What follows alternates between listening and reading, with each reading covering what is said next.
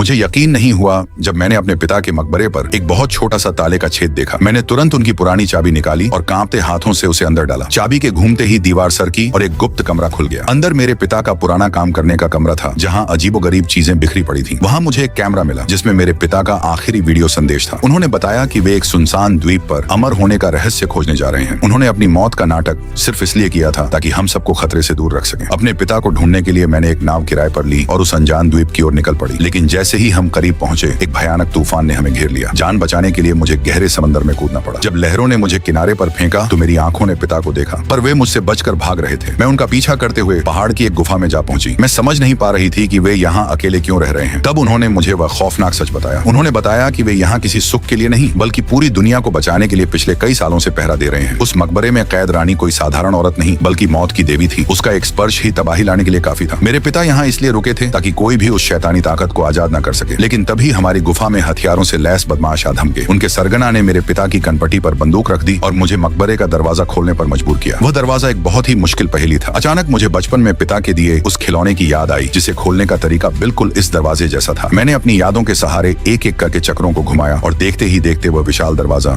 जमीन पर गिर गया। अंदर का मंजर खौफनाक था। हम जैसे ही आगे बढ़े, एक साथी का पैर गलत जगह पड़ रहा और जाल बिछ गया। वहाँ एक गहरी खाई थी जो हजारों इंसानों की हड्डियों और खोपड़ियों से भरी पड़ी थी। किसी तरह हम उसे पार कर उस कमरे तक पहुंचे जहाँ रानी का ताबूत रखा था। विलेन की आंखों में लालच था। उसे लगा कि अमर होने का राज अब उसके हाथ लग गया है। जैसे ही ताबूत खुला, हम सब सन्न रह गए। हजारों साल बाद भी रानी की लाश ऐसी थी जैसे वह आज भी जिंदा हो, पर हवा लगते ही उसका शरीर काला पड़ने लगा। विलेन के एक आदमी ने जैसे ही लाश को हाथ लगाया, उसके पूरे हाथ पर काली लकीरें दौड़ने लगी और देखते ही देखते उसका मांस गलकर गिरने लगा। वह दर्द से चीख रहा था। तभी विलेन ने उसे गोली मार दी।